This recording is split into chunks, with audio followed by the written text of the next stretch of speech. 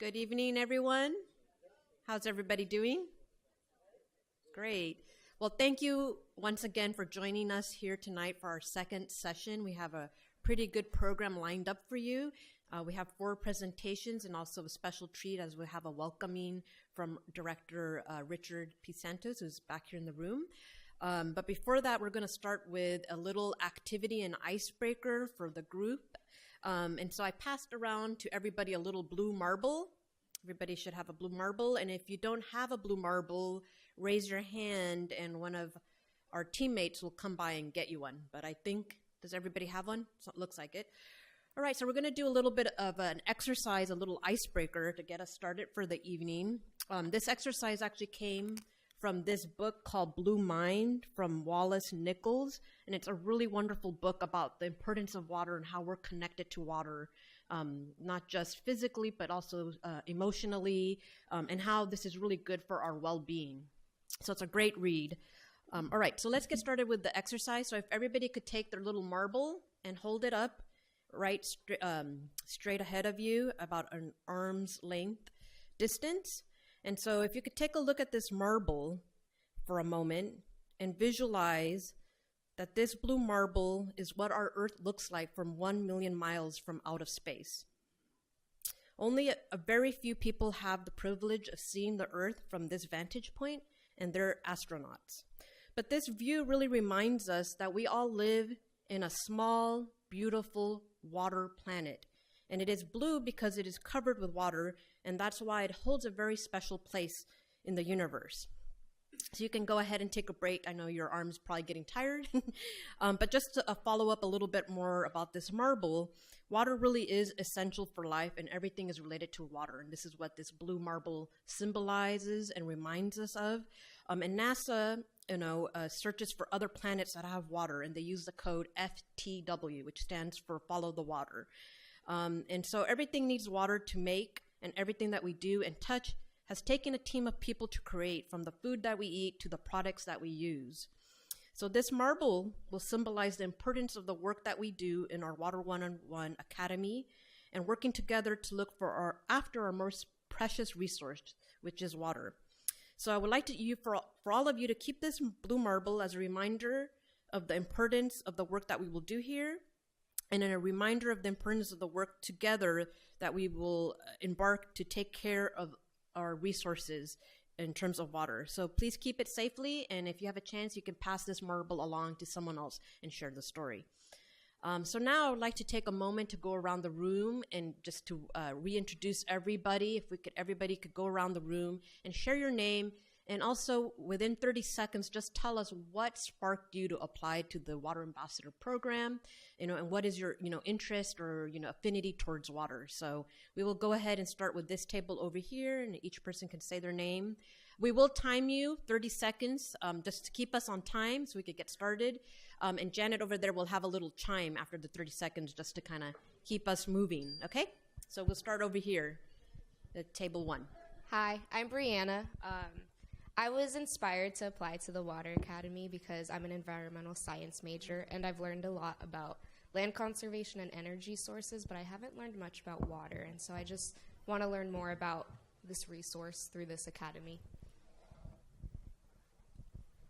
Hi, I'm Jenny Santana, and I was inspired to apply to this program because I'm a sustainability consultant, and I work with businesses on how they can save money by implementing sustainability initiatives, including water conservation. And I just am always interested in more ideas around that, and also how to share more about this important resource. Hi, my name is Nancy Avila. I am inspired by this program because water become very scarce, and water is very important to all life. And with that, I'm hoping to learn and get more information so I can help promote the idea how to save, how to efficiently use the water and make it last forever. Hi, I'm Hung Wei. I'm from Cupertino. I just retired after 11 years at the Fremont Union High School District. I'm interested in this program because we are in a housing shortage, and I believe water and housing is inseparable, and how do we conserve water is an important topic, so I'd like to learn more about that. Wonderful, thank you. We go to this table here. I'm Steve Faree. I'm out here in Almaden Valley, and I've retired now, but I spent 40 years working in industries with selling scientific instrumentation to water, gas manufacturers, everything else. I know that water is the most important thing in California. None of our industry would exist without what we have for water. Does that work sometimes? I could talk about it. But I've been an environmentalist in my own life all the way along. I've been doing drought tolerant and rain barrels in my place long before they started offering rebates. So I got to figure out how you can get a back charge for that. But my time's up. The band is playing. Hi, I'm Dave Warner. I'm from Palo Alto. In high school in the 70s, I grew up in Orange County when the State Water Project was being finished, and our science department focused on that. And at the time, the big fight was, here's Southern California taking all of Northern California's water. And so then I learned in the last couple of years, Eric Garcetti said, hey, we're reducing Southern California's imports by 50%. I live in Palo Alto. We are supplied by SFPUC, where 85% of our water is supplied by imports from the Sierra. And I thought, whoa, this is sort of odd. We're importing more water than we were complaining about Southern California importing. So here I am to learn more. Yes, go ahead. Hi, my name is Kristen Apple. My home address is in this district, but I actually live on Lexington Reservoir. So I'm very interested in seeing how all the reservoirs are managed, the groundwater is managed. I get a lot of questions about it since I live on it and talk about it all the time. And I'm also going to be starting a nonprofit with horses and kids and the environment. So all the information I get here, I will be passing on to them. And I have a background in water conservation, so I'm excited to get a big picture view of everything.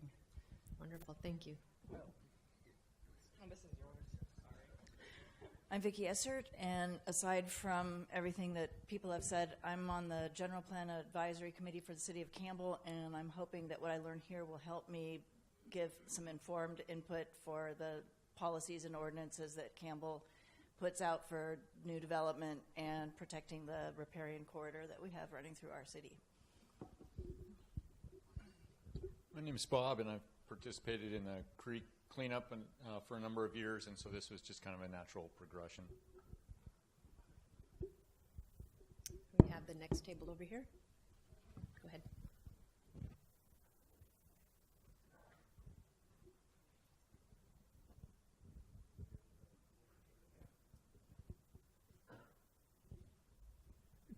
Hello. Yeah. My name is Jorge Rubio. I'm resident of San Jose for many, many years, around 40, I guess. And how did I get here is I just received through Nextdoor the invitation. And for a long time, I've been preaching how separated we in urban life are from nature in general. How disassociated we are from where do we get the basic things that we need to sustain life, and water is one of them. But the same thing goes for all other kind of food. And explaining to my family, to my young daughter, I said, well, it's very easy for us to open up the tap and get water. Well, that's not the case, I would say, for most of the humans still on Earth. And we don't know what is in that water, really. For most of the people, and most of the people don't care the work that goes behind providing, good water to sustain life. So, and I didn't know myself, so that's why I'm here to learn a little bit. And now I have as an engineer, I always have great interest in reservoirs, pumping. But when I see these big projects, I get amazed. So now I have a better view. Thank you. My name is Joshua Williams. I'm a student at San Jose State in environmental studies, and I just wanted to learn more about local water issues. My name is Rebecca Gallardo, and I attended a couple of water workshops that the Valley District put on when I was the planning commissioner for Santa Clara County, and it was really interesting. It intrigued me. I saw your announcement on Facebook, and I said, wow, what a great opportunity, and so here I am. Thank you. Right, we could go to this table over here.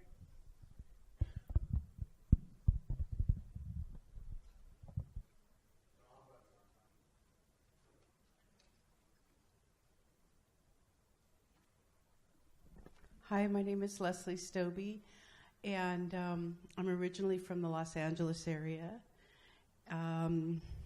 In the 80s, I was in the 10th grade, and we were studying life sciences, and I did a report on how our water is delivered to us, and I was amazed at how far it came. And I learned about Mono Lake, and I learned about the whole, what was going to become the Cadillac Desert. And then in my career, I mostly focused on source reduction, waste prevention, and stormwater. And I really moved away from what was my initial impetus of learning about environmental studies, and we have science and studies students here. So this has just brought me full circle. Thank you. Thank you. Hello, everyone. My name is Craig Pasqua, and I'm from Sunnyvale. And I don't have a great story like you all do about water, other than I used to hunt by Antelope Lake, and I didn't realize that was part of the start of the water project. But I am interested in this resource, and I'm interested in hearing what you all have to say. Thank you. Thank you. All right, and if we can go to the last table over here, the far corner.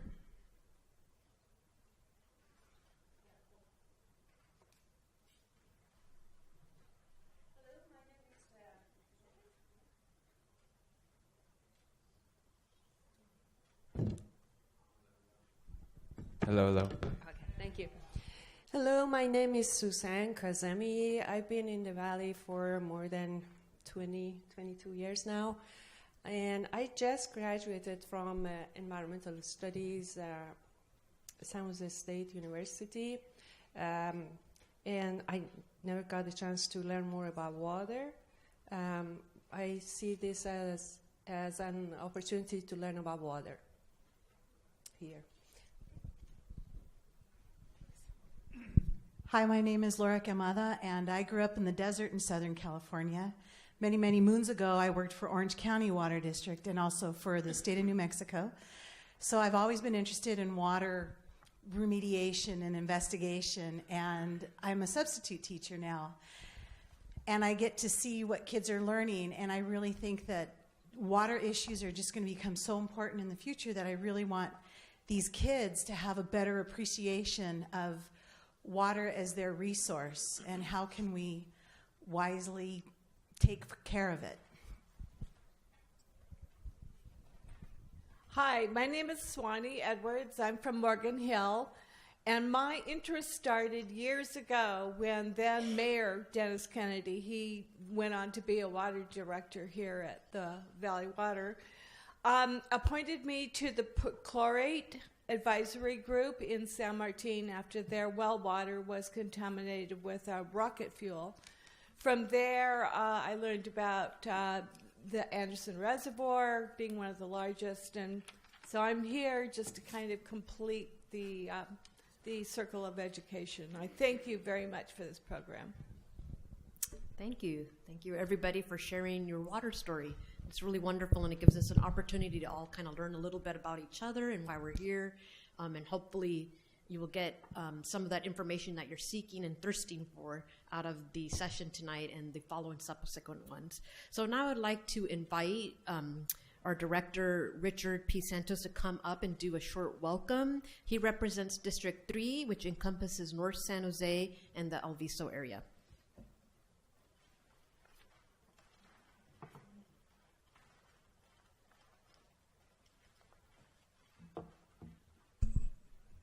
Well, good evening, water ambassadors.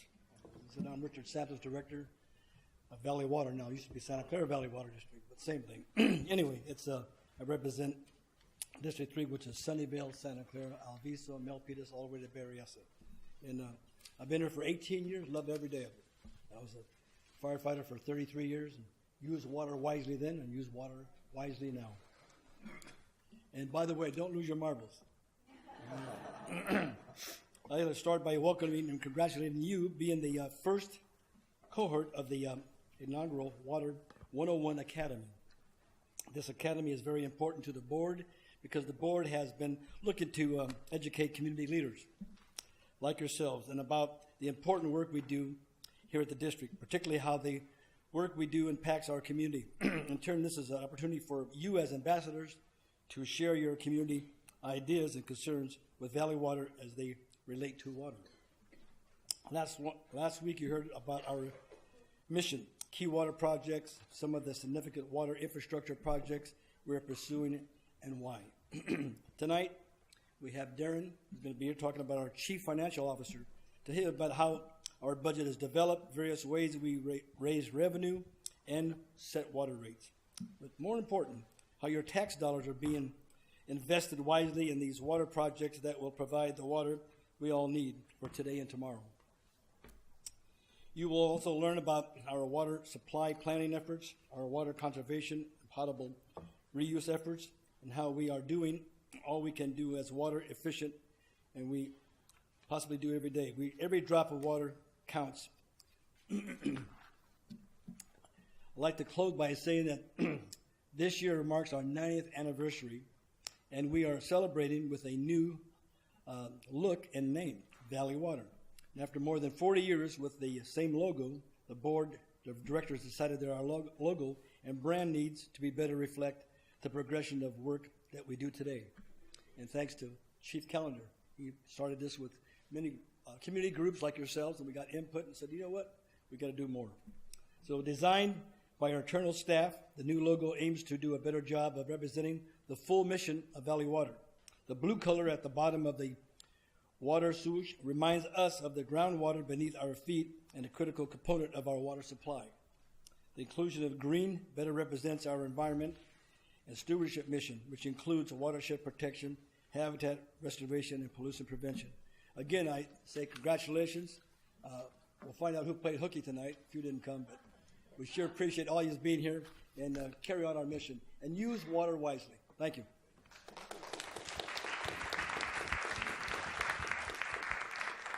All right, thank you so much, Director Santos. All right, so we're going to get started now with our first presentation by our Chief Financial Officer, Darren Taylor, and so I'm just going to pull up his presentation here. I think it's this one. So here it is. All right, and go ahead and take it away. Thanks. Good evening, everyone. I'm Darren Taylor. I'm the Chief Financial Officer of the San Jose Water Company. The Santa Clara Valley Water District. Actually, I'm not confused. I know who I work for, but I think many members of the public are confused. They don't know the difference between the Water District and the San Jose Water Company, and that's why I'm so excited about this program, and I'm very thankful that you all are here to learn about the Water District. The more we get our message out there and the more the public understands what we do and how we differ from the San Jose Water Company, the better. And so I've been asked to talk to you this evening about finances and about water rates. And so I'm gonna go through a presentation. I'm probably go through it pretty quickly. But we'll start with how the district organizes its finances. And so we are organized by fund. So a fund is just a grouping of like activities. And so we have four main groups. We have the water utility, which accounts for activities to ensure a reliable water supply. We're the principal wholesale provider for the county. We have our Safe Clean Water Fund, which is our 15-year program approved by the voters in 2012 to do flood protection and a host of other activities approved by the voters. We have our Watershed and Stream Stewardship Fund. That accounts for flood protection and watershed management activities. And then we have our administration funds. So it accounts for administrative and strategic support services like legal, human resources, finance, IT, and the like. And so the next couple of slides we'll talk about our revenue sources. And so what I'm showing you here is the FY19 budget revenue for the district, the total district. We've got our main revenue sources down at the bottom going across. And you can see which revenue sources are the largest versus the smallest. And I've circled here the water utility financial resources. Treated water, groundwater, and surface and recycled water. Those are our water charge revenues. Those are the revenues that our retail customers pay us for treated water that they take from our treatment plants or from groundwater that they pump from wells. And then there's also a state water project tax for the water utility. we do levy a tax to pay for imported water from the state, and that's called the State Water Project tax. It's about $18 million a year, and it represents about $27 per year on the average person's tax bill. So if the average assessed value of a home in Santa Clara County is about $650,000, that's assessed value, not market value. And so that's the basis for taxes. And so that State Water Project tax is about $27 per year to pay for that imported water. Next, we have watershed stream stewardship and our Safe Clean Water financial resources. So I've circled 1% property taxes. So again, that comes from the property tax bill. There's a 1% collection on the bill, and then you have a few other pieces that are above and beyond that 1% collection if you look at your property tax bill. And so we get a portion of that 1% that's collected for the county. The vast majority of that revenue goes for flood protection. Then we have our special parcel tax. That's the fourth column over, $44 million per year. That's the voter-approved measure. And that's about $60 per year on your property tax bill. And that pays for a host of activities that are voter-approved, including flood protection and things like trail improvements and things like that, water quality improvements. And then finally, there's a benefit assessment.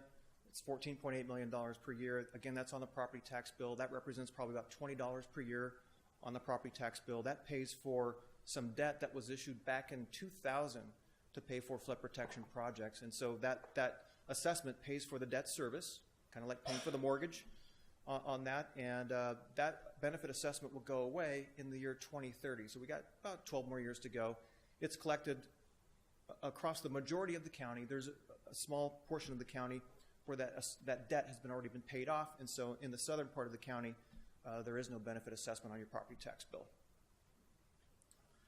And then finally, we've got a few other smaller revenue sources, capital reimbursements, which are when other agencies will reimburse us for expenditures on capital facilities, interest earnings, other intergovernmental services, and those are revenue sources for the particular fund in which or where those sources were generated. So that's our revenue in a nutshell, $450 million in FY19. Sounds like a lot, but there's a lot that we do with that. So now I'm going to move on to the rate setting process. So I'm concentrating now on the water utility. And first I want to start with answering a question that as ambassadors you might hear. Why do well owners pay the district to pump water from the ground? After all, it's their property. The water is right below their property. Can't they just pump it out for free? Well, the short answer is that local rainfall cannot sustain Santa Clara County's water needs. And so that was recognized early on in the 20th century when wells were running dry. And so a group of leaders got together and formed the Water District in 1929 for the purpose of constructing reservoirs that would conserve water that was captured from watersheds, from rainfall, that kind of thing. And then we would take that water and then distribute it to recharge ponds where it could percolate into the ground. And that was an ingenious solution. It's worked very well for us ever since. And we've been able to keep groundwater levels high enough so that anybody who pumps can pump water from their well. And so in the 1930s or so, when we first started, the revenue source was property taxes. Then in the 1960s, we convened a group of leaders across the county to decide whether or not we should continue with property taxes or impose a groundwater production charge. And that was decided back in the 60s to impose a groundwater production charge so that the folks who use water would be the folks who pay for the water. And so that's what the groundwater production charge is. It's a reimbursement mechanism so that for those who pump water from a well, you're paying a groundwater production charge, which essentially helps us, the district, recoup our costs to conserve water and recharge water so that there's water to pump from those wells. And this is a map of the county, and the key takeaway from this map is that we operate a very expensive system to serve almost 2 million people. we have a lot of large infrastructure, 10 reservoirs, and largest being Anderson Reservoir. We're in the middle of a $560 million project to completely rebuild that dam. And so if you think about the size of the infrastructure that we operate and maintain, it is just huge. 393 acres of recharge ponds, 142 miles of pipelines, and these aren't small pipes. These are big pipes that you can walk inside of, which I would never do, but you could. 3 water treatment plants, many tens of millions of dollars, if not hundreds of millions of dollars. In fact, we're upgrading one of our treatment plants now, and that's over a $250 million project. 1 water purification center.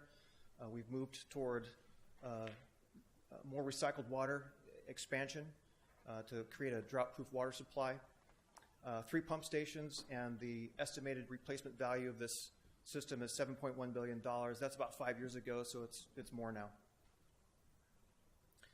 And this is a listing of some of the activities that we undertake to ensure reliable water. We plan and construct improvements to infrastructure like we were talking about. That's probably the most expensive thing that we do. Operate and maintain local reservoirs. We purchase imported water, so about 40% of the water that comes into the county that's district managed is imported from the state or from the federal government. And so we purchase that water, bring it in, and send it to our treatment plants or send it to recharge ponds to percolate into the ground. We operate and maintain pipelines and monitor and protect groundwater from pollutants.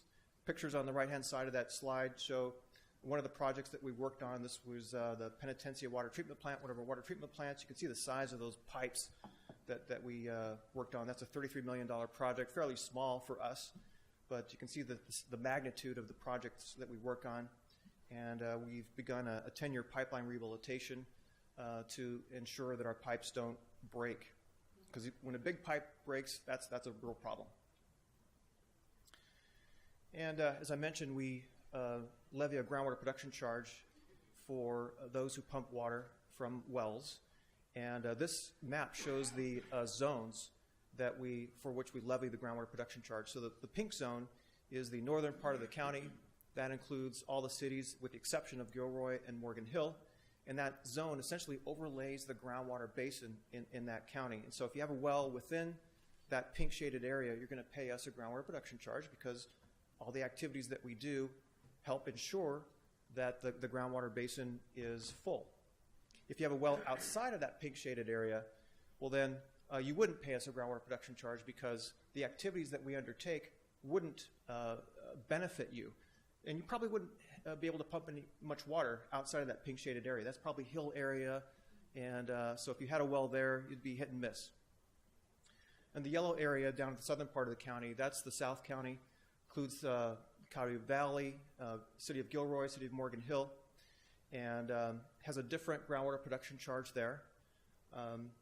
And the district employs a pooling concept, so we kind of have a postage stamp rate setting process so that we manage our water sources and our facilities together and charge one price within a zone and one price within the other zone. We have 2 zones, as opposed to a price for particular areas.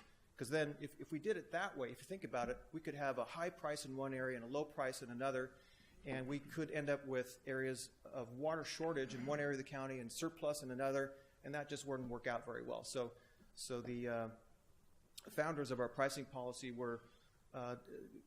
put together a very eloquent pricing policy that has served us well, served the entire county well, so that we maximize water supply resources.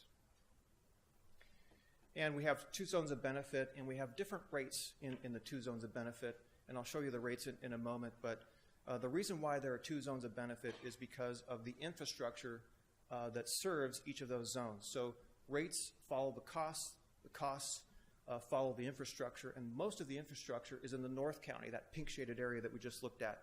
We have 3 water treatment plants and the pipelines that go in, the pipes that go out to serve. Many of the reservoirs are in the North County. The Advanced Water Purification Center and imported water from the State Water Project. And we do have some shared facilities. We have the Anderson Coyote system and imported water from the Central Valley Project that comes in through the southern portion of the county.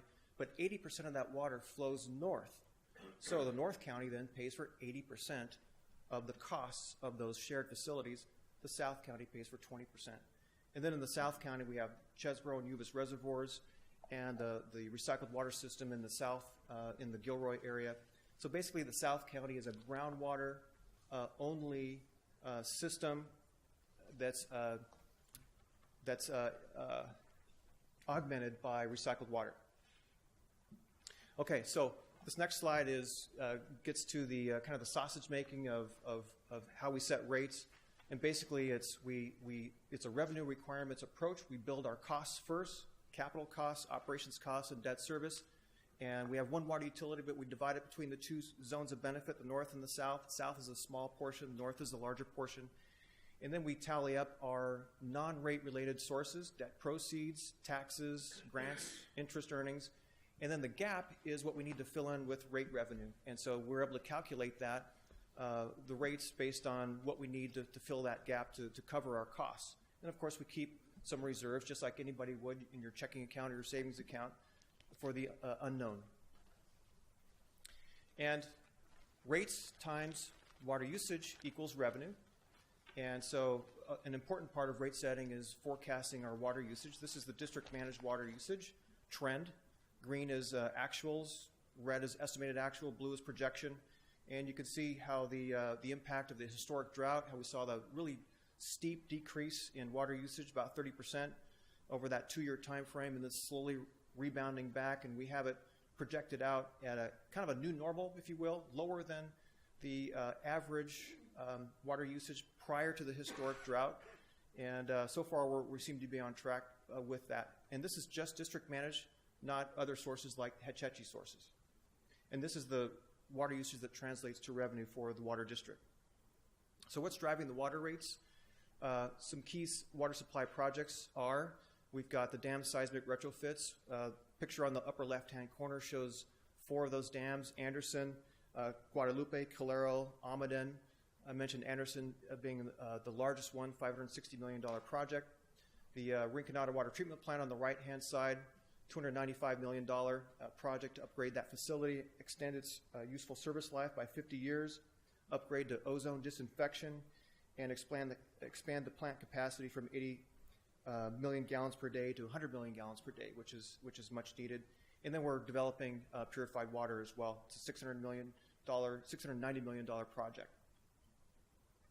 We also are working on a new project for the district. It's called the Pacheco Reservoir Expansion.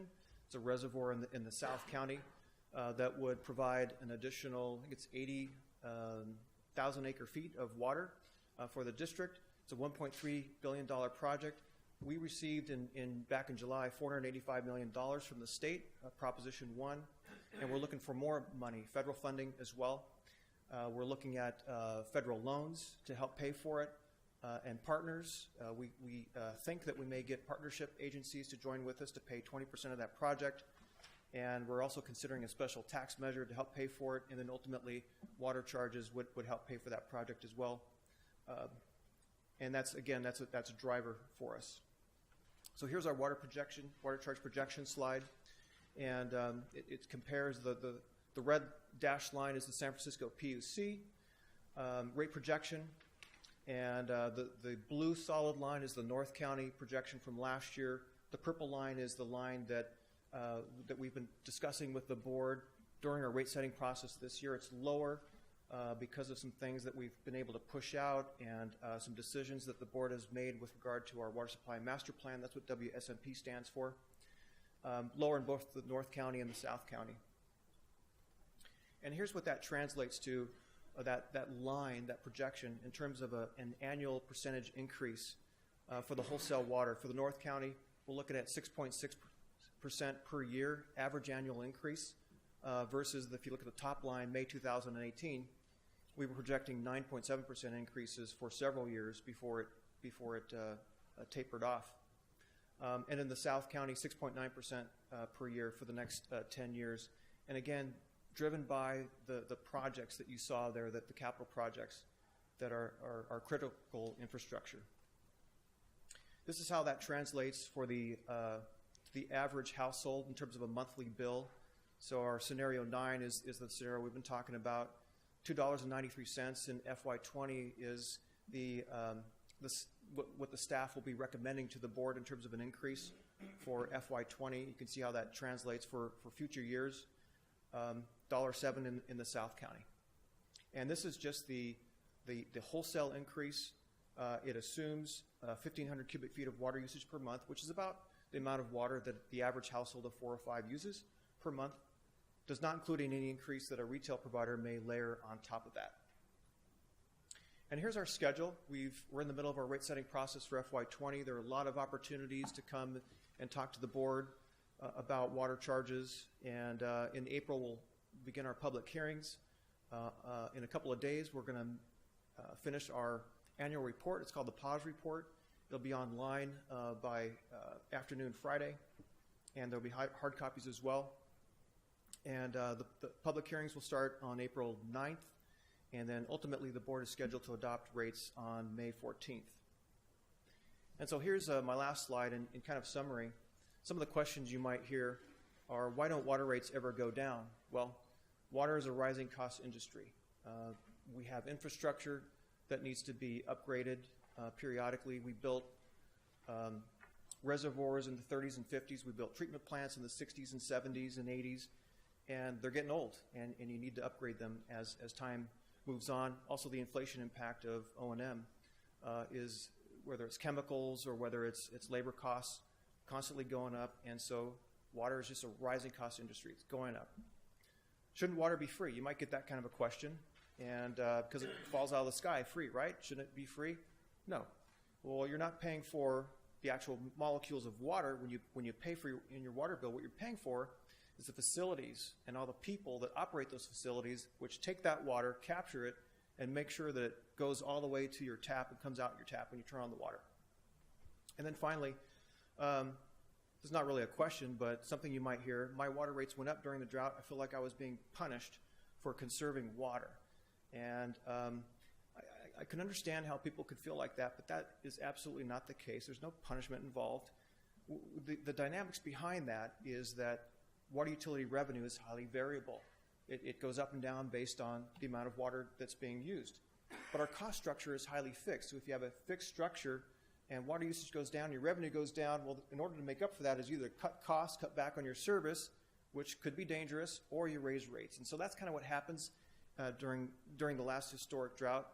And so what I tell people is that water rates may rise in the short term, but over the long term, conservation is what we need to do. It will help minimize the need for new investments in the future over the long term. So conservation helps us minimize our investments, and it also lowers your water bill. So it's the right thing to do. So we encourage people to make it a way of life. And I will pause there.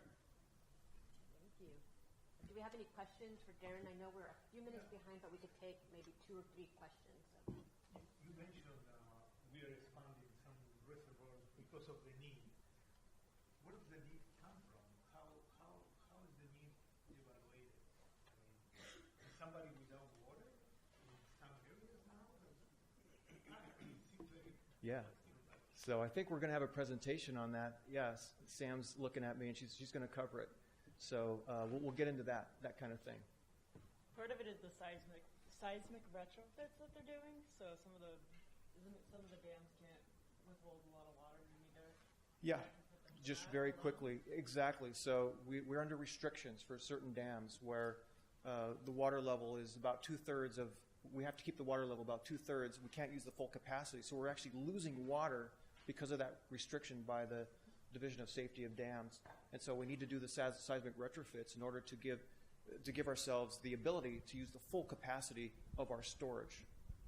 Is the water district allowed to make a profit? No, we're a nonprofit, so we're not like San Jose Water Company, where we don't make a profit, we don't have a stock price that's going up. We just recoup our costs. One more question, or 2 more questions, and then we'll move on. My question is, what is the current capacity of the Pacheco Reservoir, and how large will the capacity be with the new reservoir built? Current capacity, I think, is about 6,000 acre feet, and the capacity upon build would be about 140,000 acre feet. So it'll be the biggest dam in the county after that. Thank you. Right, one more question. about the different rates and dividing between the South County and North County. Obviously, one major difference between those two areas, the South County is a huge amount of agriculture compared to the homes there. The North County is obviously mostly homes, not too much agriculture. That's correct. How does that go into effect for how those rates are divided? Yeah. South County is mostly rural. Even where there are homes, it's not as developed as the North County. About half of the water usage in South County is agricultural usage. And so yes, that does play in. Ultimately, it goes back to, rates go back to costs, the cost to serve. And there's just not as much infrastructure in the South as there is in the North. And we do subsidize agricultural rates, keep them lower than the cost to serve in order to help encourage open space. All right, thank you, Darren. Really wonderful questions from the group.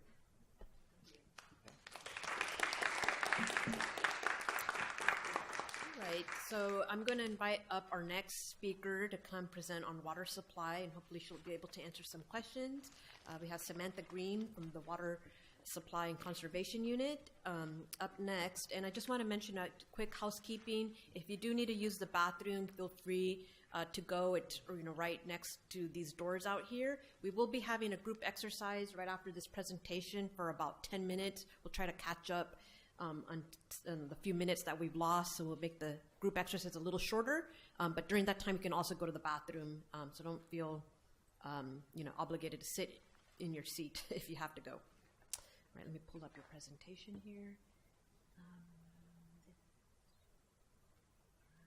This one? Yeah, there you go. All right. There you go. Hi, so I'm Samantha Green, and I'm a senior water resources specialist with water supply planning and conservation. And hopefully I'll be able to explain how we decide what investments we need to make. And so the whole point of water supply planning is to determine how we can invest in water supply reliability. So how do we make sure that today and into the future we meet the water supply needs of the county?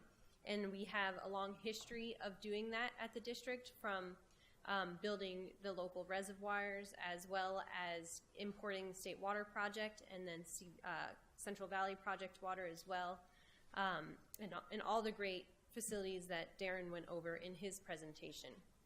And so because of that, we've been able to manage our groundwater levels despite a raising population. So to ensure we keep on that track of maintaining healthy groundwater levels, we have a water supply planning process. It's a 4-stage process that goes through a loop. And so the stage 1 is looking at what our future demands will be, as well as what the supplies will look like. Then stage 2, we use our understanding of our demands and our supplies to determine what the potential shortage will be. And once we've determined any shortage, we assess different investment strategies to address that shortage. So that's going to be proposed projects such as the Pacheco Reservoir and additional conservation. And then once an investment strategy is chosen, you monitor that strategy. You also monitor the demands, because they may not increase as projected, for example. And that's what brings you back to the beginning, is following those demands, determining what they're going to look like, and so on. And so I'll start with the first one, looking at potential future demands and supplies. So historically, our population has increased. That is the orange triangles. However, demands have been a lot more variable. And so determining what our future demands will look like is not as easy as just coming up with a trend saying, well, if we have population increasing, then demands will increase by so much.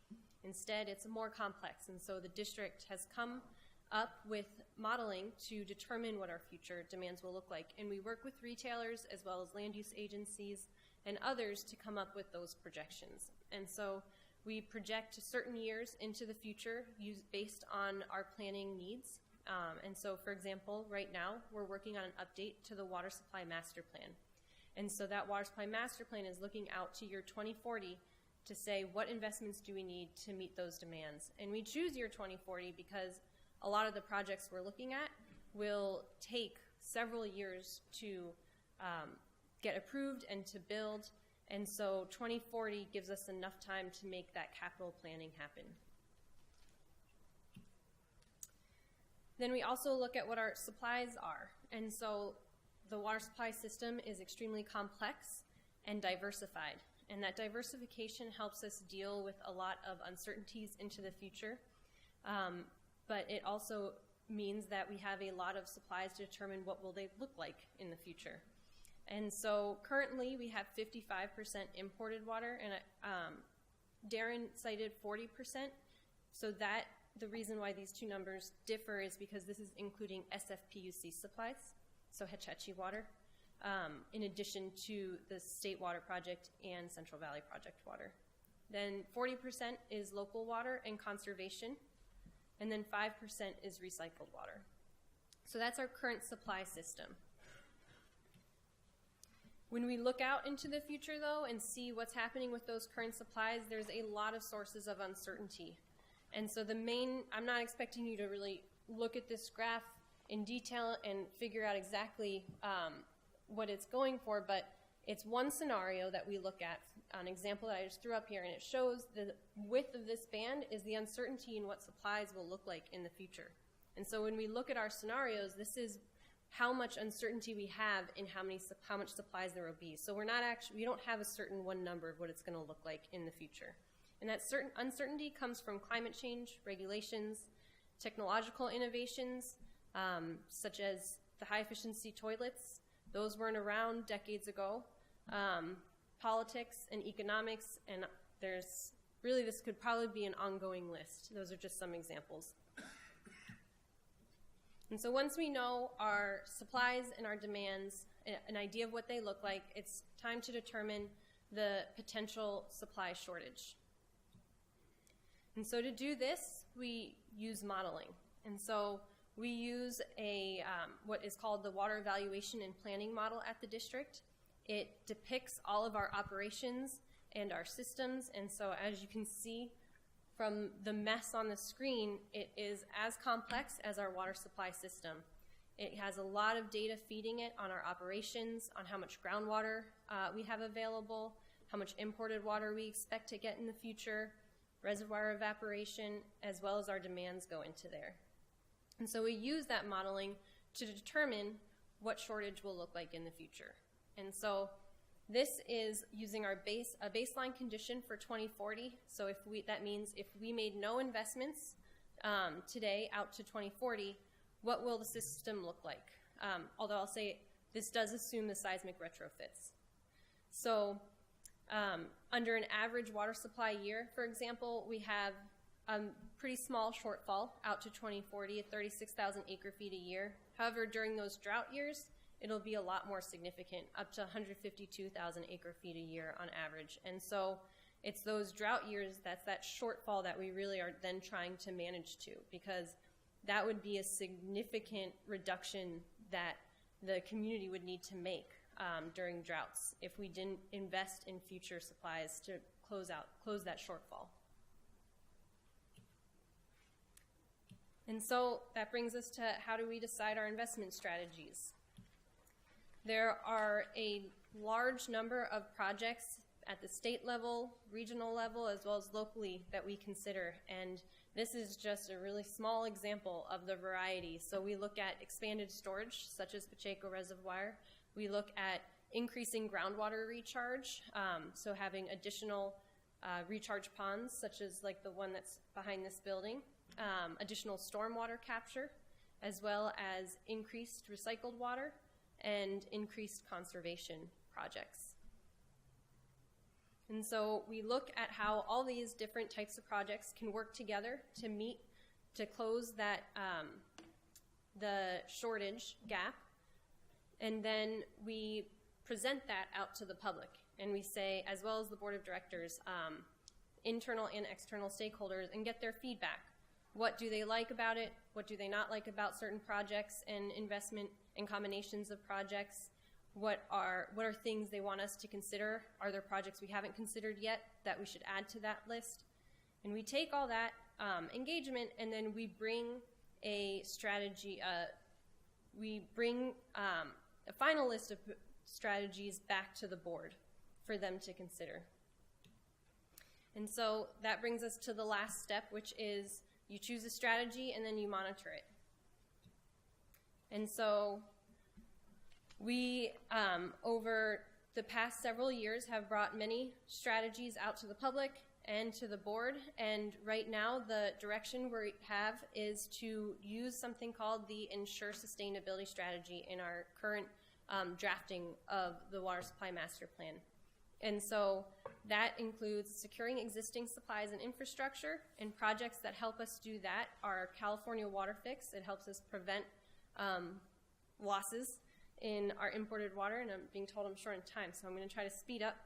Dam seismic retrofits are in there. Then there's expanded conservation and reuse, and then also optimizing the system.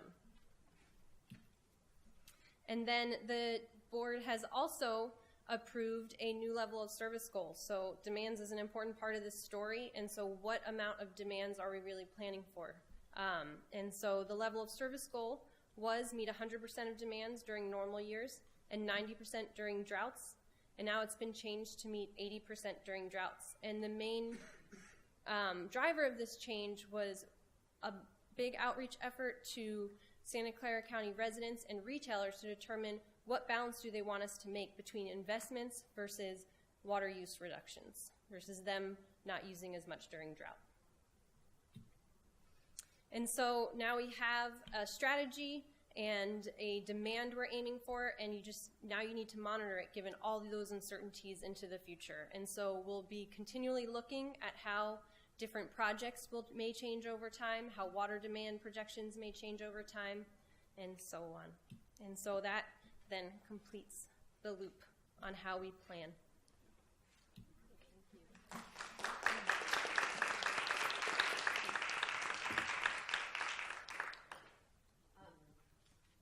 At the end of our session, we'll have about 10 minutes for general Q&As, so we can come back if you have some specific questions for Samantha or for Karen or Miguel. We'll have some time at the end for questions. But for right now, I think we're going to jump into our activity.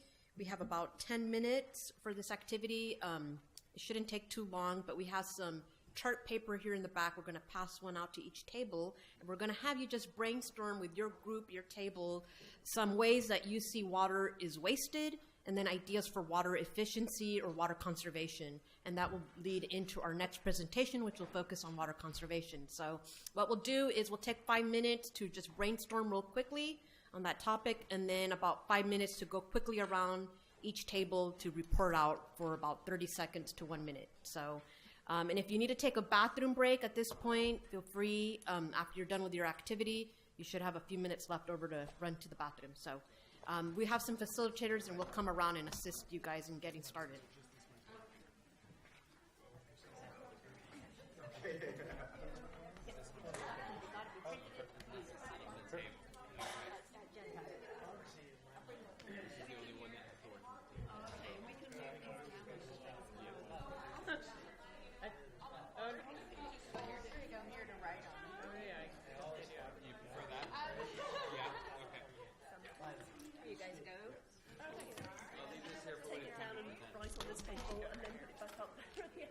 Yeah, that might not be a bad idea. All right, so you can go ahead and brainstorm on maybe some ways that you see water that is wasted, that's inefficient, or ideas on how to save water. Waterways. Go some pens.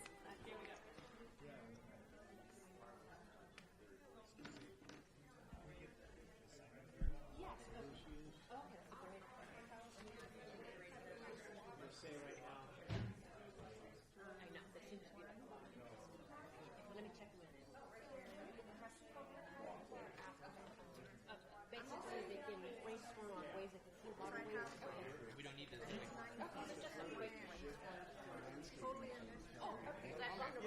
part of the same answer.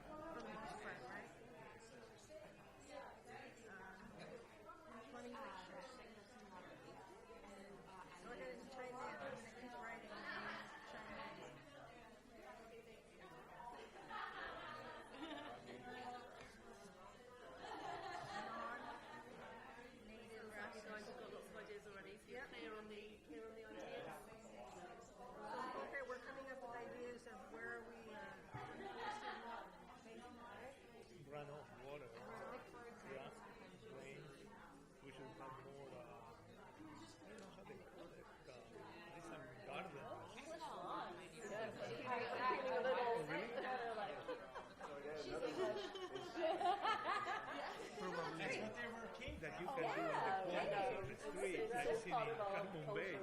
Rainwater reuse. Something like that. Yeah. So water will be, instead of runoff, sucked up by these gardens and percolated again. Great. Because yesterday, about my sink size, I remodeled the whole house and I put it in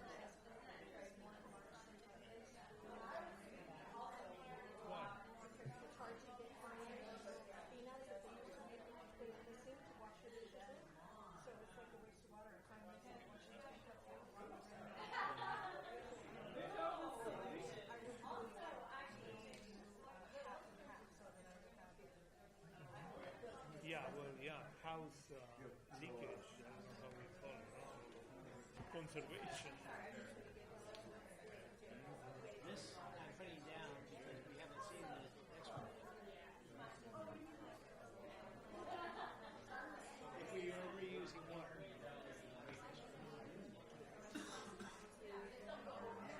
make it a picture of a pot. But it's not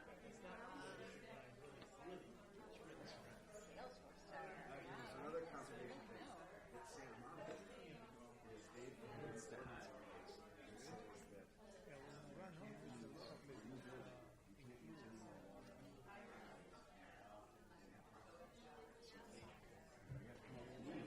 so the question is conservation, right? How we do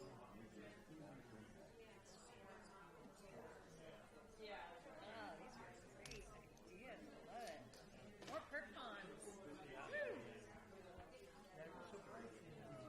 More ongoing conservation knowledge are in track. You're making my job hard. Oh, okay. Sorry. Don't be sorry. It's fantastic. Sorry, Karen. Santa Cruz keeps raining. We have to go. I think that we have enough already there. You think that's good? I think so. Okay, come on. Oh, well, put some more, yeah.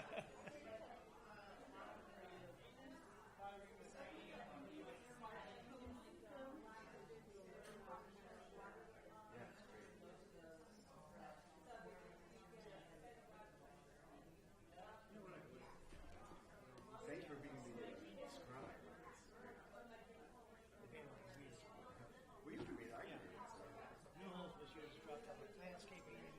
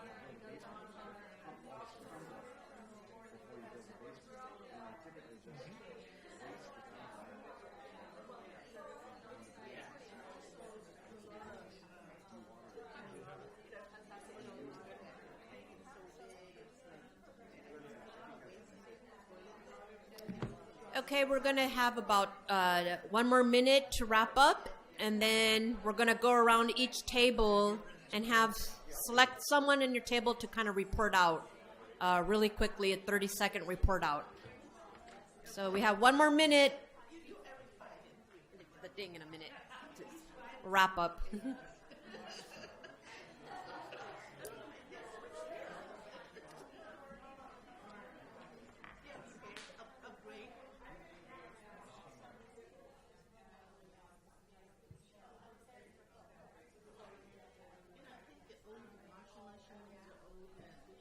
Make sure to select someone from your group to do your report out.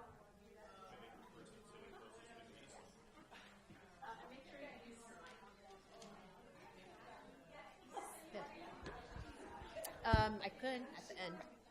I can at the end. Especially since. Send them to you? Sure. Also, when you do your report outs, make sure to use your mic. The session is being recorded. A few, if you have time. If not, don't worry about it.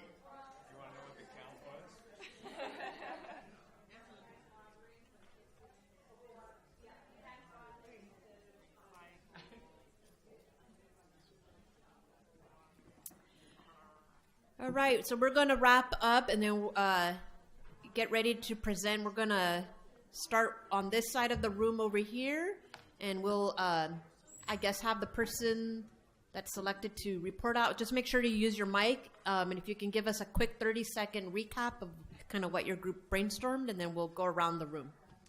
Okay, so we took a look at some of the things that we see quite often where people are wasting water. One of the things is businesses spraying the sidewalks. So down here we came up with a solution. You can use a broom. Then we talked about how we often saw sprinkler breaks. People aren't often aware of them, so regular maintenance would help out with that. Watering when raining. So it's a little bit redundant and pretty wasteful. So you could potentially invest in a smart controller, or you could also invest in something else called drought-tolerant plants. And that would help reduce your water use, and you would not need to be watering as much or at all. Then we also have warming up the water for a shower. You can just put a bucket in place or potentially get some sort of, what did you suggest? Water heater? Tankless water heaters. I'm not sure if there's issues around that. I'm not positive. I don't know. I'm not that familiar with them. And then also car washes. People just let the hose chug out and flood the streets with water. You can go take it to a car wash, which many of them recycle the water, or you can get a nozzle for your hose. Thanks. Great. Wonderful. Thank you. All right, so we're going to move to this table, and if some of the solutions have been already announced, you don't feel obligated to repeat it again unless you want to, but you could just add on to the list if you like. Okay, it's working there. The main thing we look at here is that California's climate is not ideal for English green lawns. And we notice they're not green in August anyhow. We need to look at teaching homeowners what they can do to reuse gray waters for landscaping and watering there, and also figure out how to get that. I haven't heard the last presentation yet, but whatever the reuse is, how do they get the reuse to places that needs to be reused? And look at the fact that if you build a new building, it cannot use more water than the old building in its place. And new homes need to use drought-tolerant landscaping, water-efficient appliances, things like this, and also plan for open space. We can't count just on percolation ponds getting the water in the groundwater. You got to have the green spaces in between to do the same thing. Wonderful. Thank you. All right, so we'll head up to the next table over here. If you guys could give us a 30-second recap. Okay, so we were discussing whether the better strategy would be to have policies in place that put restrictions on people, so not allow lawns, for example, or whether it's better to incentivize people to have good behaviors. And we kind of leaned on the incentivize the good behavior, but we really feel that there needs to be a lot of education around that so people know what kind of choices to be making about that. And we do have a question about how much, and maybe it was answered in the first session, can't remember, but how much water use is households in this Silicon Valley water district, how much is households and how much is industry and how much is agriculture? I think I'll leave that question for Karen when she comes up and presents, because she'll have the exact figures.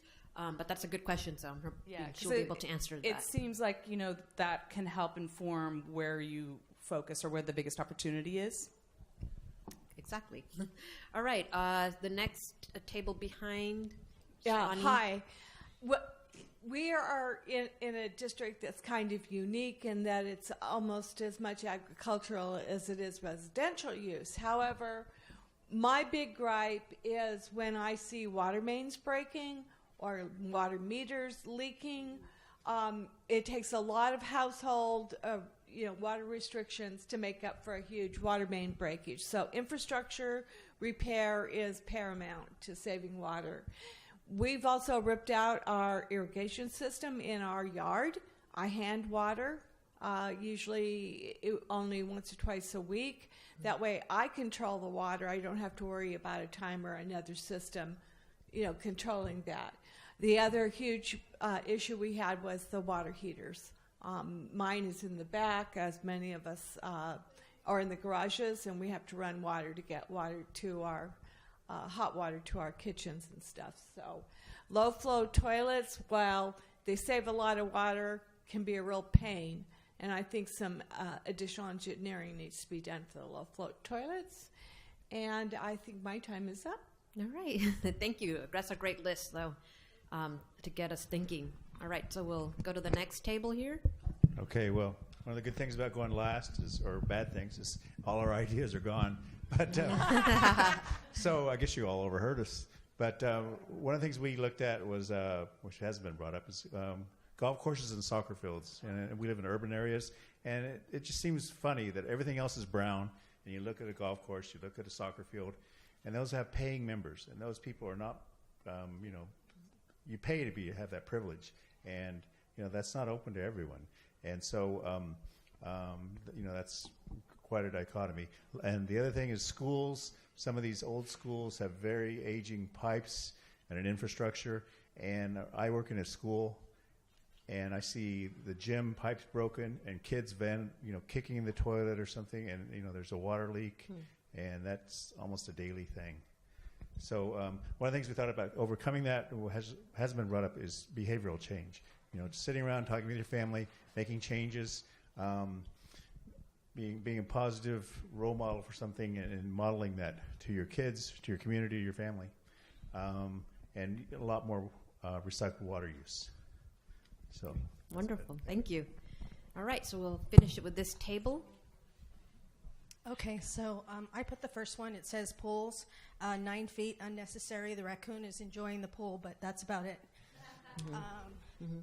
Let's see, plumbing fixtures, sink size, non-native grasses, runoff water, drains, more percolation ponds, more ongoing conservation, not only during drought, more low-flow toilets, low-flow washer-dryers, continue with do not serve water at restaurants, ask and give, continue ongoing PSA, reference water is life's greatest resource. Great, thank you. Some really wonderful ideas here. I think there's probably a few in here that are new, hopefully. And I know that Karen's going to cover kind of our programs and what we do here at the district to really promote water conservation. So I'm going to invite Karen to come up while we move the flip charts out of the way. And just, I think we're about 5 minutes behind, and I hope that we'll able to catch up at the end during the question period. And just a reminder that at the end, we would love to take a group photo of everybody so that we have the whole cohort. I think we're missing a few people tonight. But anyways, we still like to get that group photo. All right, Karen, here you are. Great, thanks. Thanks so much. Thanks, everybody. Wow, what amazing ideas. In fact, I asked Marta if we can keep your ideas, and if you even wanted to sort of flesh them out a little bit before you leave tonight, I'd love to keep your ideas, bring them back to our group, and show our group. So thanks for doing that. It's fascinating. I'm Karen Coppett. I'm Senior Water Conservation Specialist with the Santa Clara Valley Water District's Water Supply Planning and Conservation Unit. I've been here for about 20 years or so. It's a long, long time. And I am very passionate about water conservation. I'm from this area originally. So periodic droughts being part of what we deal with, that's sort of inbred into my life, and probably everybody's here. So water demands in Santa Clara County. Somebody asked about that, what the percentage breakdown is. You can see here on the pie chart about 55% residential. So if any of you guessed that residential is where we should be putting a lot of our effort, you were absolutely right. But we are not ignoring businesses. So we have a lot of programs geared towards businesses as well, and agriculture. So we don't want to leave anything out. We want to cover all possibilities for water conservation in Santa Clara County. You probably already know, because you all seem very bright and informed, why water conservation is so important.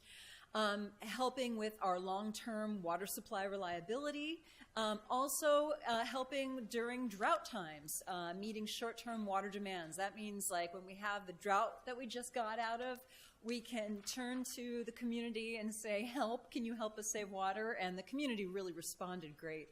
In fact, since 2013, our water usage is down almost 20%. That's from where we were in 2013 to where we are today, almost 20% still. It's incredible. The community has really, really responded. Also, it helps us reduce our reliance on Delta water that we get from the Delta, which is great. Saves energy. You know, pumping water in the state of California is a massive use of energy, so it helps save energy. Reduces greenhouse gas emissions, we know that, which is fantastic, and reduces urban runoff pollution. So it's a way that you can cut down on your pollution. So water conservation is important for a multitude of reasons, and the Santa Clara Valley Water District is here to help you save water. We have all kinds of fantastic water conservation programs, including residential programs, programs geared towards landscape, commercial, industrial, institutional programs, agricultural programs, and outreach and education. We do a lot of different things. First, programs for residents. And some of you suggested programs that we have already. And shout out when you hear yours. By the way, my very favorite way to save water, or one of my little tricks, is I carefully monitor my water bill. So I'm a San Jose Water Company customer. I live in the Rose Garden. And I happen to know how many gallons my husband and I use.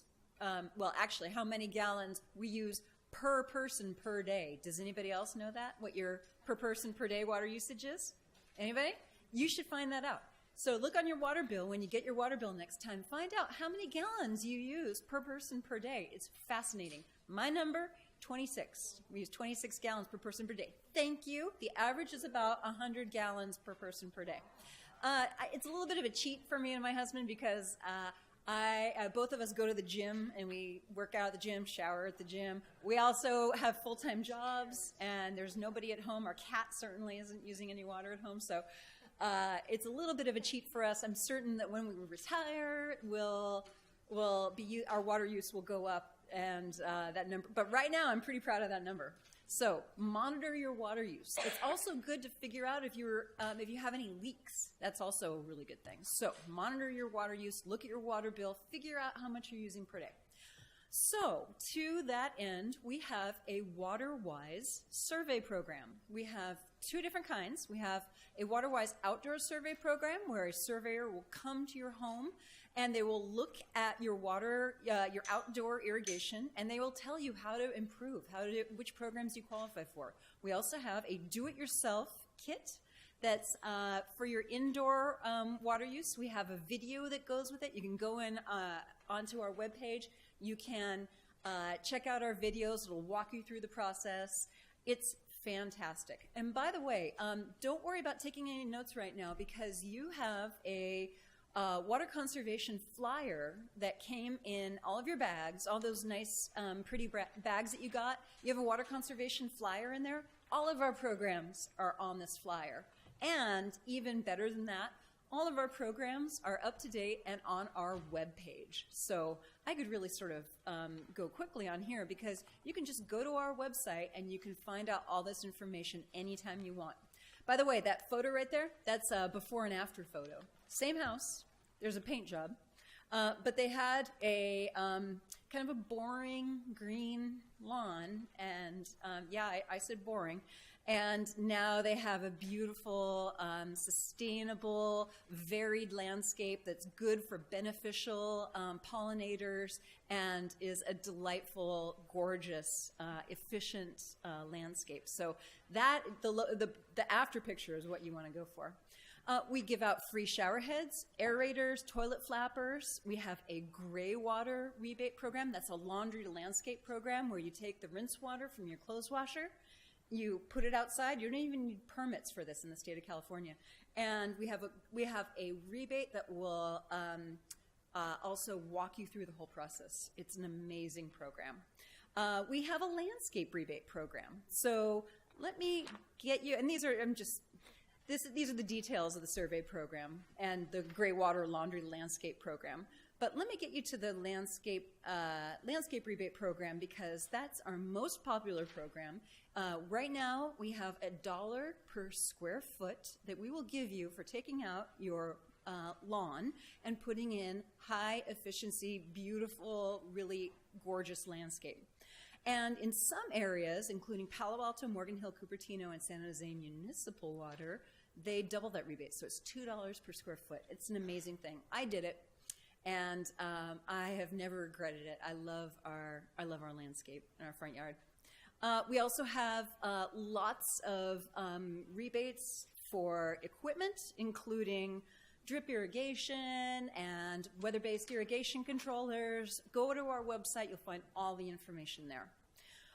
We have brand new rainwater capture rebates. These are really cool rebates for rain barrels. Sorry, we don't retroact. Which one of you was put it in the rain barrel? Good for you. Fantastic. Ding, ding. You get a gold star. But we don't retroactively rebate, unfortunately. We do have a rain barrel rebate now. It started on January 1st. We have a rebate for water cisterns. And we have a rain garden rebate where we'll give you $1 per square foot of roof area diverted up to $300 per site. And that photo right there is an illustration of what a rain garden is. But the idea is to not let any rainwater go to waste and go out to the bay. What we really want to have happen is we want to capture that water. We either want to store it in a rain barrel or a cistern, or we want to sink it down into the ground to replenish our groundwater. We have rebates for businesses. We have a sub-meter rebate. That's where for a condominium complex, they only have one water meter at a particular condominium complex. We'll pay the condominium complex to put in sub-meters so that people can figure out how much water they're actually using. We have a customer measured rebate for retrofitting equipment. It's our Water Efficient Technology Program rebate. And we give out things like pre-rinse spray valves to restaurants, which are pretty cool. And I'm going to just scoot over to our Water Waste Inspector program. We have water waste inspectors who will go out. They've been referred to as water cops. They are not water cops. They will respond to reports of water waste and violations of water use restrictions. So during the times of the drought, there were a lot of water restrictions that were put in place. There's some permanent restrictions now, too. You cannot water within 48 hours of a rain event. So today we had some rain, right? So tomorrow you're going to see somebody with their sprinklers going on. They're not supposed to have. So you can actually report that, and our water waste inspectors will go out and give them some handy little door hanger that will help educate and bring people up to speed. It's actually a great way to help people save water. That's how we look at it. They provide education and resources to help residents reduce water use and eliminate water waste. It's great. There's 4 different ways to report it in Santa Clara County. We actually have a cool little app that you can use, and it's pretty neat. I sometimes especially during the drought, I would take it. I would go running early in the morning, and I would take it with me on my runs, and I would see somebody's sprinklers that were running off onto the concrete, onto the sidewalk, and going down into the storm drain, and I would report them and keep running. And you could pretty much do a map my run from all the times that I reported water waste, but I was doing them a favor. They didn't know. Sometimes people set their sprinklers so they go off before they're awake. Anyway, outreach and education, we have lots of events that we do every year. We have a summer outreach campaign. Look for our summer outreach campaign coming soon. We have workshops. We have a multitude of workshops. And then we have lots of literature as well. Go to our website. Valleywater.org has all the information. So I will actually leave questions for the end. Thank you. Thanks. Very, very informative. Thank you so much, Karen. All right, so I'm going to invite our last speaker up, Miguel Silva, who is an associate engineer, and he runs our recycled and purified water program. So he's going to talk about water reuse. And I know that at the end, hopefully we'll have a few minutes to take a few questions. If we can't answer all the questions, I'm happy to take them down, or you can email me, and then I can email the speakers just so that we can get out of here at a decent time. I know that we want to do photos at the end, and I think what I'll do is I'll save your evaluations. What we'll do is we'll email you the evaluation after the session. Just make a promise that you will do it online, and that will, give you a few minutes so that you're not here, too late. All right, Miguel, where are you? Here you go. Right, hello, can you guys hear me through this microphone?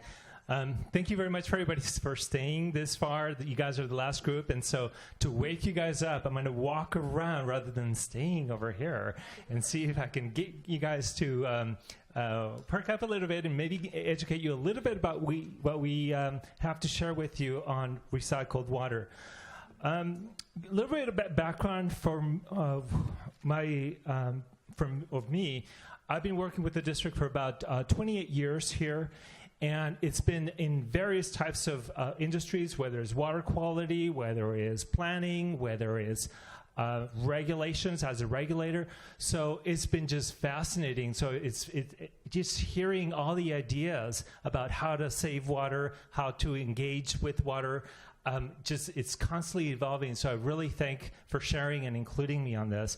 So what I'm going to show you here is recycled water, what it is, what our system is throughout the whole county, and what are some opportunities to learn more about recycled water. Recycled water is one of those things where it involves a lot of chemistry, but it also involves about sustainability, planning, and just again, my background is chemical engineering and civil engineering, so it really creates a nexus for how the two industries put together. So if you have any questions, definitely take that in mind when for this, or potentially I'll give just a little heads up. We'll be doing a tour on the district's advanced water purification facility, and that will give you a little bit more opportunity to really hands-on feel, see, touch, and maybe even taste. So I'm getting a yes. We get a taste of water at the purification facility. All right. So very first, this picture here is a sample of what we mean by recycled water. California has about 28 different types of titles. We call them Title 22. Title 22 is one of the titles that helps specify the water quality and helps define recycled water. We use the word primary, secondary, and tertiary water. This particular example is from San Jose. A lot of you might be familiar with this. And gives you an idea. Primary treatment is when you're removing a lot of the solids, a lot of the materials like grease and oil. And then it goes into secondary treatment here, where we remove, through biological activity, a lot of the bacteria does a lot of the digestion for you. And it starts breaking down considerable amounts of organics that get removed in here. A lot of the suspended solids also get removed in here. And then the other last treatment is the tertiary treated water. This is when you start doing primarily two things. You start disinfecting the water and also filtration through anthracite and sand. And then that's before it goes out to the bay. Now, the San Jose Regional Wastewater Facility, before it goes out to the bay, it does have a way of getting water for recycled water purposes. And you'll see that later on, how that relates to recycled water for that area. So very briefly, these are the multiple uses of recycled water. A lot of times water from a wastewater treatment plant is put into a river like Sacramento. The city of Sacramento's waste-treated water actually goes into the Sacramento River. And then municipalities oftentimes get water, like the district, through the Delta, get water from the Delta system, and is mingled with all different types of runoff and surface water that then goes into a conventional treatment plant and then goes out to industry and homes. This has been going on for years and years. As an example, the Mississippi River gets used about 7 times over and over again before it goes out to the Gulf of Mexico. So this is just to remind you that we've been using recycled water all along. To give you an idea for the county, this is the base of the entire county, Santa Clara County. Up in the north, we have Palo Alto area. Palo Alto up on the top, and then we have Sunnyvale right here, and then we have the city of San Jose. That's the South Bay Water Recycling System. It's the largest one. It's about 150 miles of pipeline. This one's about 15 miles of pipeline, and this is more like 7 to 8 miles of Palo Alto. Down in the southern part, you might be familiar with this part. This is a scrawl, primarily serving the city of Gilroy. It doesn't quite reach out to Morgan Hill. That is maybe part of the future. We are having some plans and have done some studies to perhaps come up with a recycled water solution for Morgan Hill. But it gives you an idea of the infrastructure and how it's right now isolated. The recycled water pipelines, all the 4 systems do not connect. And that's going to be a little bit of a challenge that I'll show you some solutions.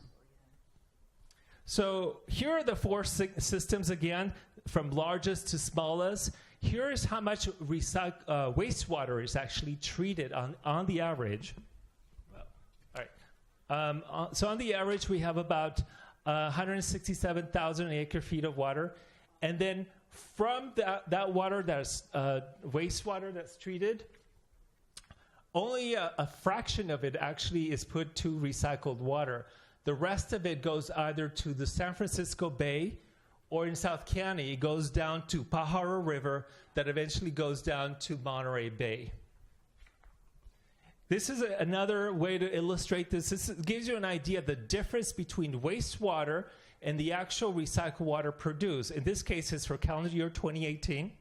Wow. But the difference between here and here gives you an idea of how much water could have been used instead of going to the bay, could have been used for recycled water. These numbers have been updated for 2018. So you can see missed opportunities and perhaps where we can move towards expanding recycled and purified water. All right, so the next slide here is if we look at how much recycled water have we done. Well, in 2018, it's just a little under 20,000. If we look at what's been in the past, we've been going up and down, slowly up and down. The board has actually come up with a policy that by 2028, we will produce additional 24,000 acre-feet of purified water. This is in order to comply with the district board policy that by 2025, 10% of our total water used in this county come from recycled water. So if we continue the non-potable reuse, we know that we're not going to be able to meet our deadline, our targets. And the only way to do that would be to actually use potable reuse. What do I mean by potable reuse?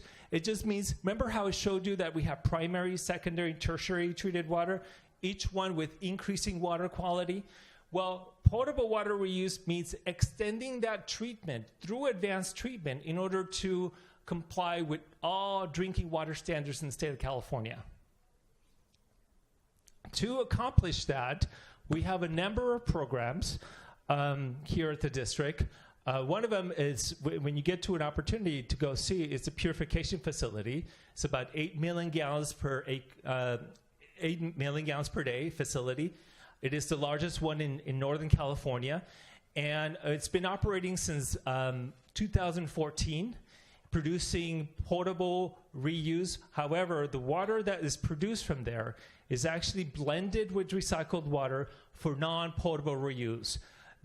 One of the main purposes for this facility is to serve as a demonstration facility. What do I mean by that? Well, we want to know not only that we can produce potable water and comply with all the water qualities for drinking, not just some of the time, but all the time. We want to be able to gather all the evidence, all the analyticals, month after month, to be able to then in the future have options for potable reuse in terms of maybe recharging the groundwater basin. Another program that we have is a lot of research. When you implement this type of advanced treatment, you have a lot of membranes. And when you go there, these membranes here use reverse osmosis, where through size exclusion, remove particles that are larger than the size of 0.1 nanometer. Remember, the water molecule is about 0.1 nanometer. So we're looking at size exclusion, very, very, very, very, very small. So when you have these types of reverse osmosis systems, it removes a lot of the salts, a lot of the calciums, they're too large molecules that cannot go through. So what happens is that these reverse osmosis systems produce a reverse osmosis concentrate. And this concentrate needs to be disposed of in a way that is economically feasible and healthy in terms of the environment.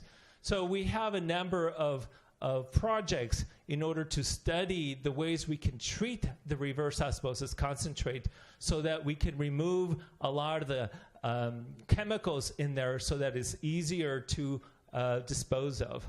We work with the University of Stanford, with Berkeley, with the University of San Jose State, and Santa Clara University, with various professors and students to come and look at this systems here, take water samples and look at different technologies like electrocoagulation to be able to remove some of those heavy metals.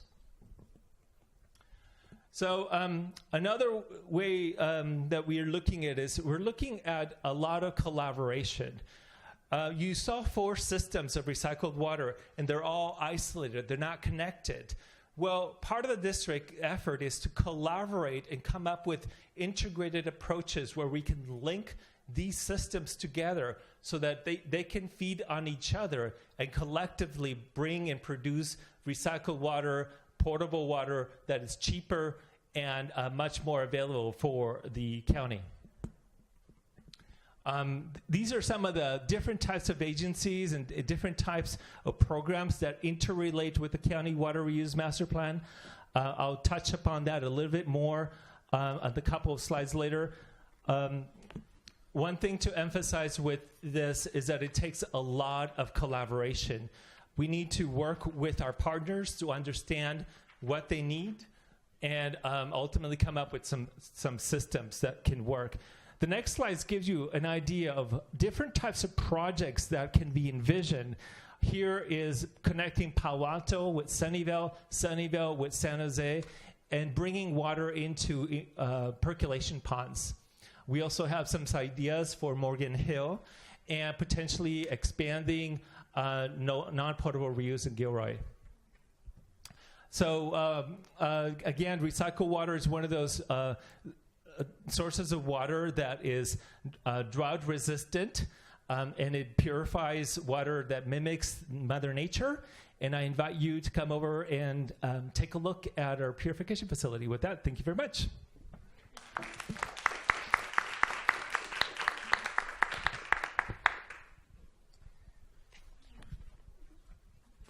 Thank you, Miguel. I gave him the 3-minute warning sign, and he really quickly wrapped it up for us. So thank you for taking us home. So we have about 5 minutes, or actually 7 minutes for questions. So I'm going to invite Catherine, Samantha, and Miguel back up here. If you have questions, use your mic, and I'm sure they're happy to answer them. So we'll take about 5 minutes for questions, and after that, if we can just gather outside and take a group photo, and then I will follow up with you guys by email and send you the evaluation. So I think we have a question right here. So there's this question. I heard that the Apple Park in Cupertino is using recycled water and then the facility is good enough for other big companies, if they big builders, they can use the recycled water from Sunnyvale and Cupertino border that Apple Park is using. And then I was told the facility can accommodate much larger new constructions. Do you know anything about that? Yes. So the question is, we have this about 2.5 years, we started looking at extending recycled water from Sunnyvale. And the key to the expansion is building a 2.5-mile pipe, about 26-inch diameter, from the furthest southern part of the recycled water system, Sunnyvale, going all the way to Apple campus. That has been completed and is now beginning to be operational and will bring recycled water to Apple. In the future, we build that pipeline that can be repurposed in the future if we do potable reuse and can be conveying potable reuse or purified water, not just to Apple, but further south, perhaps even reaching Los Gatos. So, for example, if Valco is to be developed, that they can use that? So Valco is just south of Apple. It's crossing 280, and that can potentially be one of the users if we extend that Wolf Road pipeline. Thank you. Yes, I have another recycled water and reuse question.